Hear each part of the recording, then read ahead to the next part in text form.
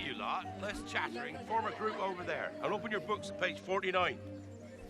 Exactly how do we do that? We'll just stroke the spine, of course. Goodness me.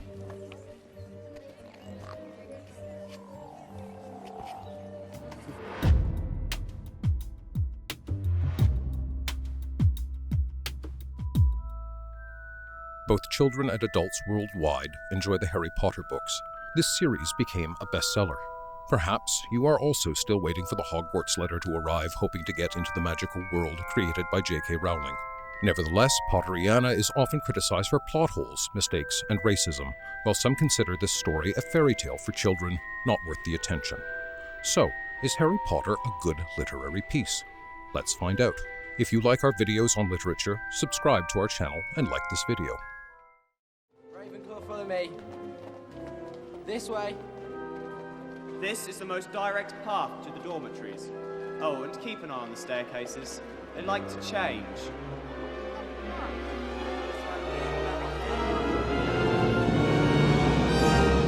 We dive into the magical world with Harry for the first time when he visits Diagon Alley to buy all the necessary things for the school year at Hogwarts. J.K. Rowling placed the entrance to Diagon Alley on Charing Cross Road in London, a Muggle street famous for its numerous bookshops. This is not a coincidence, but a metaphor.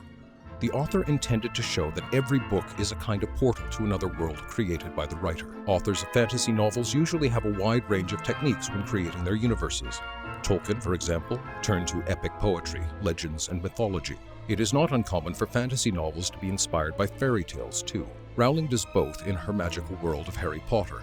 There are mythical creatures in this world. The books contain references to medieval alchemy, city folklore, and literature. For example, magic here is shown in the way the alchemists understood it.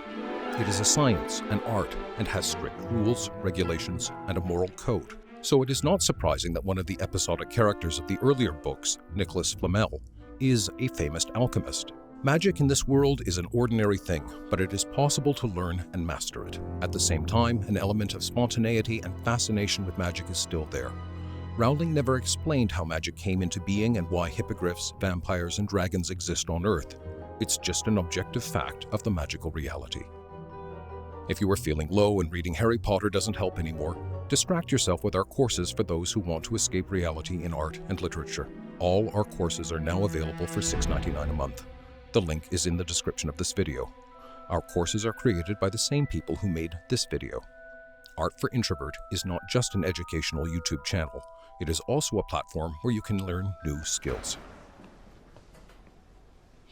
Why is it, when something happens, it is always you three? Believe me, Professor, I've been asking myself the same question for 6 years. In the beginning, the reader and Harry are almost on the same page. 11-year-old Harry is as unfamiliar with the world of Hogwarts just as we are. He knows about magic just as much as any reader who opens the book. In all the books of the series, we see the world of magic through Harry's eyes, first as a boy, then as a teenager. That's why our perception of the world depends on Harry. The first 2 books are clearly for children, so they have more magic. The bad here is amplified to horrible, and the good is perceived as miraculous. The later books are more serious. The world and the characters become more complex and multifaceted. For example, in the early books, the unpleasantness of the Dursleys is wildly exaggerated. Later on, we still see them as unpleasant, but not as those caricatured aunt and uncle giving a toothpick to Harry as a Christmas present.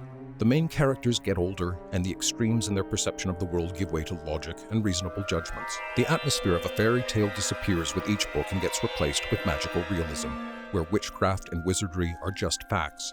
They are part of the natural laws. There is more psychology in the last books, and the characters can no longer be classified as purely good or evil, except Voldemort. Wingardium Leviosa.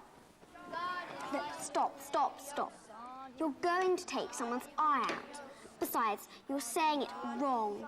It's Leviosa, not Leviosa. In the world of Harry Potter, words are literally magic. Witches and wizards use spells when they do magic. However, from the literary perspective, it is difficult to say that Rowling's writing style is very meticulous. Additionally, the translation of the books worldwide often had plenty of mistakes, which, nevertheless, didn't prevent a worldwide fan base from emerging. Indeed, Rowling worked on the linguistics of her story. She created new words and used existing phrases. She took inspiration from her book from multiple sources. The names of the magical creatures were borrowed from medieval bestiaries, and the magic spells are rooted in Latin. Still, some spells emerge spontaneously. For example, Avada Kedavra is a remake of the word abracadabra, an iconic magic spell which is a phrase often used today when easily performing a difficult task.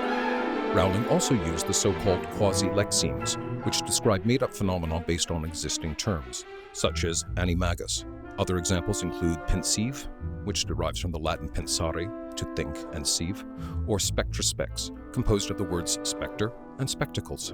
Additionally, some names of the characters are indicative. They tell us something about the characters.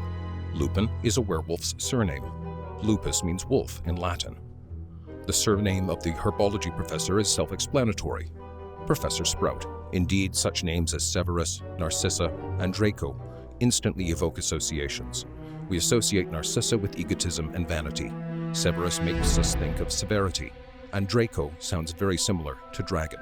We can see that Rowling did actually pay attention to the language system. However, it still turned out to be inconsistent.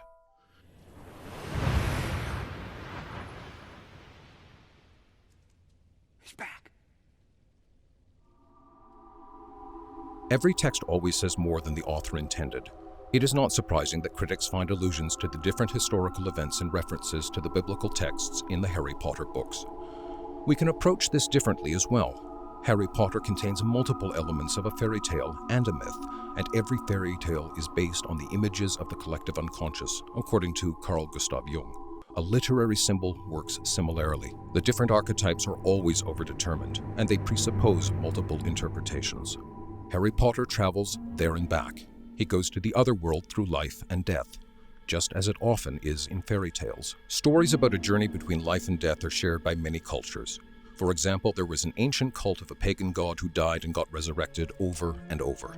The challenges that Harry faces, the appearance of the magical helpers at the right moment, and battling snakes, all of these are the traditional elements of classic epic poetry, such as Beowulf. Rowling uses mise en abîme in the last book, a literary technique where there is a story within a story. We learn about the tales of Beedle the Bard, a children's book.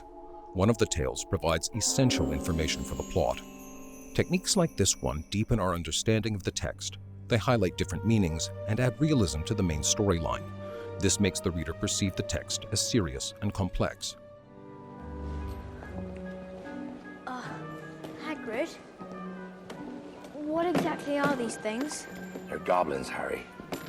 Clever as they come, goblins, but not the most friendly of beasts. Best stay close. Apart from the hidden meanings, people find a lot of mistakes and questionable ideas in the Harry Potter story. This has a lot to do with J.K. Rowling becoming a controversial media figure, and not just a writer. In light of this, when the books were revisited, goblins appeared to be a satirical portrayal of the Jewish people, depicted from the fascist perspective. The students of Beauxbatons Academy seem to be a caricature of French society in general. In the book, French culture is shown as superficial and mawkish. Even the Academy's name is translated as beautiful wands. This kind of indifference to French culture is quite astonishing, given that Rowling has a degree in French literature. Today, such a stereotypical portrayal of different cultures seems strange and even rude. The story is not old enough to justify this with the social and ethical transformation of the last decade. It doesn't seem plausible to suppose that these are just coincidences. Rowling was meticulous about creating her universe. She drew family trees and paid a lot of attention to heraldry. She also highlighted such problems as racism and xenophobia in her story. At the same time, she seems to be pretty dismissive in her portrayal of the actual Muggle reality. She is even careless about some names. Harry's first love is called Cho Chang, a compilation of two surnames of Asian origin. She might have as well called the main character Potter Weasley. Apart from the criticism of her controversial social stance, Rowling is often reproached for promoting magic in general. Different religions and sects and organizations often attack Rowling. But the biggest criticism comes from the fans of serious classical literature, who think that Harry Potter is a purely commercial project created only for entertainment, just like another simple pleasure. Nevertheless, the points we mentioned before prove that Harry Potter books are more complex than that. The mythological context and the complexity of the symbolism in these books paved the way for discovering different literary traditions. Even though J.K. Rowling never claimed to be a literary genius, she managed to create a wonderful and remarkable world which continues to exist outside the pages of her books. The world of Harry Potter gives us hope for a better tomorrow. Dumbledore once said, "Happiness can be found even in the darkest of times when one only remembers to turn on the light." If literature and art help you cope with fear and support you in the most challenging moments, you can escape reality with our course, Interdisciplinary Art, Collage and Creative Writing. Watch this and all other courses of Art for Introvert for just $6.99 a month. Find the link in the description below.